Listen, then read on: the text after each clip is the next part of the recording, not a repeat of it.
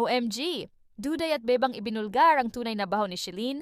Grabe, ganito pala ang tunay na kulay niya. Panoorin ang detalye ni Duday. Alam nyo guys, kung ako sa inyo, kumain na lang tayo kaysa naman magsalita ako dito tas hindi wala kayong papakinggan, di ba? Ay, iinom na lang ako na Coke. Hindi, joke lang. Ito na nga, gusto ko rin magsalita, syempre, about sa issue. Hindi ako mananahimik hanggat hindi ko nasasabi lahat ng mga opinion ko, no? Pero kung gusto nyo ng katotohanan, kung gusto nyo malaman ng totoo, pues makinig kayo dahil gusto ko abangan nyo siya sa vlog.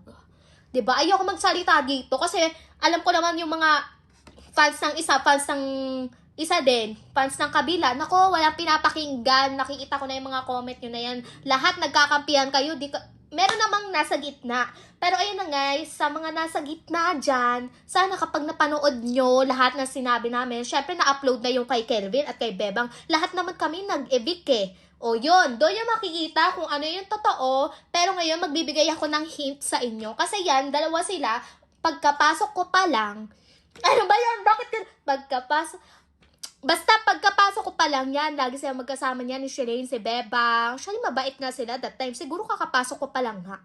Kasi nga,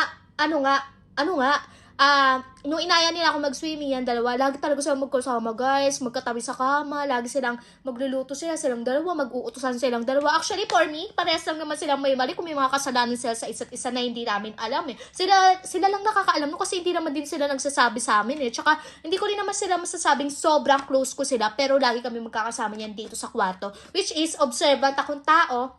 Wala pa ako nakakaaway dito ha, no joke. Kahit isa wala, kasi nga tahimik lang ako. Pero marami ako napapansin. Yung para sa sarili ko, inis na ako dito ha, pero ayoko magsalita. Dahil nga, may kanya-kanya tayong ugali guys. Sa totoo lang, may kanya-kanya tayong ugali. Kaya kung ano man yung napapansin natin sa isa't isa, kung ano yung napapansin nyo sa social media, kung ano yun, ganun din sa personal ha. Pero, syempre, mas malala sa personal kasi nakakasama namin yan sila. And mas marami kaming na-observe, nakikita at napapansin.